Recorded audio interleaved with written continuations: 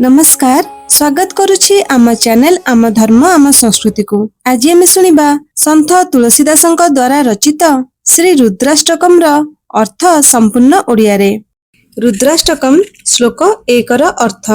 हे निर्वाण स्वरूप विभु, आपण व्यापक ब्रह्म और वेद स्वरूप अटंती, ईशान दिशार ईश्वर अटंती। मु आपणଙ୍କୁ नमस्कार करुछि। जी निज स्वरूप रे स्थित अटंती, गुणातीत अटंती, भेदरहित और इच्छारहित अटंती, चेतन आकाश स्वरूप तथा आकाश समान सर्वत्र व्याप्त अटंती। मु सही भगवान शिव को भजन करुछि। श्लोक 2 रो अर्थ। जी निराकार अटंती, ओंकार मूल अटंती, तीन गुणरु परे अर्थात तुरीय अवस्था स्थित अटंती, वाणी ज्ञान और इंद्रियर परे अटंती, कैलाश पति अटंती, विकराल और महाकालर मध्य काल अटंती, कृपालु अटंती, गुणर धाम अटंती और संसार सागर रु पारी करि दियंती। मु सही भगवान शिव को नमस्कार करुछि। श्लोक 3 रो अर्थ। जी तुषार रे आच्छादित हिमालय परि श्वेत अर्थात गोरा अटंती, गंभीर अटंती और कोटि कामदेवଙ୍କ कांति रे युक्त शरीर विशिष्ट अटंती, जहांक मस्तकरे सुंदर गंगा प्रवाहित हेउथांती, जहांक ललाटरे बाल चंद्रमा अर्थात द्वितीय चंद्र शोभा पाउथाए और जहांक गलारे सापर हार सुशोभित थाए, सेही शिवंकु मु प्रणाम करुछि। श्लोक 4 रो अर्थ।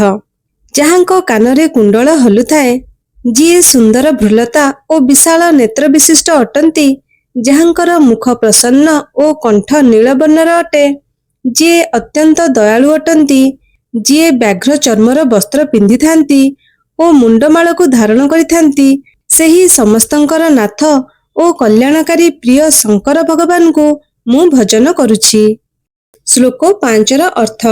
जी प्रचंड उत्कृष्ट श्रेष्ठ तेजस्वी परमेश्वर अटंती, अखंड अजन्मा आउ कोटि सूर्य समान प्रकाशमान अटंती, जी तीन प्रकार शूल बा कष्ट अर्थात दैहिक दैविक और भौतिक कष्ट को समूले नाश करिथांती, जी हाथरे त्रिशूल को धारण करिसेंती, आउ जी भाव बा प्रेम द्वारा प्राप्त होइथांती, सेही भवानीपति भगवान शिव को मु भजन करुछि।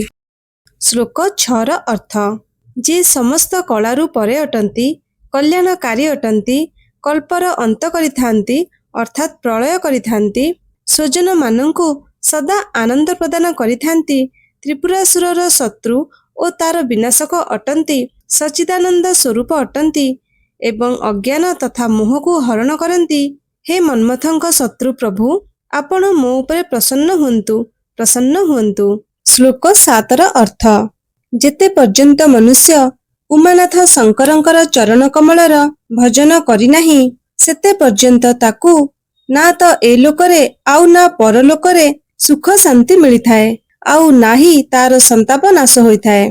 तेणु समस्त जीवंक हृदय रे निवास करुथिबा हे प्रभु हे शंकर, आपण प्रसन्न हुंतु। श्लोक 8 रो अर्थ। मु ना तो जोग जानिछि ना तप आउ नाही पूजा विधान, हे शंभु मु तो सदा सर्वदा केवल आपणଙ୍କୁ प्रणाम करुछि। वृद्धावस्था जन्म और दुखर समूह रे तपुछि और विपत्ति रे पड़िथिबा मु दुखी को हे प्रभु हे ईश्वर हे शंभु रक्षा करंतु।